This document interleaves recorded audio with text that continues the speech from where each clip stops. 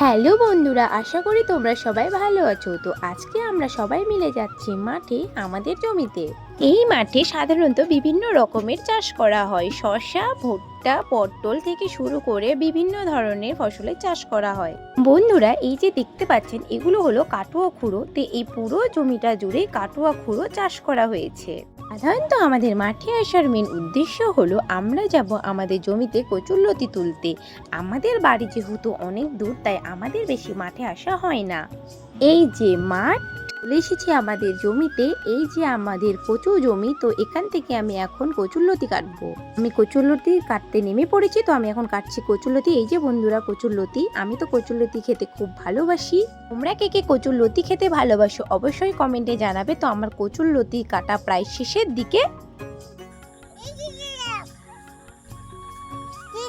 আমার কচুরলতি কাটা শেষ। তো বুনু এখানে কচুরলতিগুলোকে ব্যাগে তুলছে, কাকিমাও তার সঙ্গে কচুরলতিগুলোকে ব্যাগে তুলছে, ভাইও যাচ্ছিল কচুরলতিগুলোকে ব্যাগে তুলতে।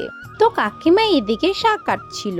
শেষমেশ আমরা শাক আর কচুরলতি কেটে যাচ্ছিলাম বাড়ির দিকে। তো দেখা হবে বন্ধুরা নেক্সট ভিডিওতে। টাটা।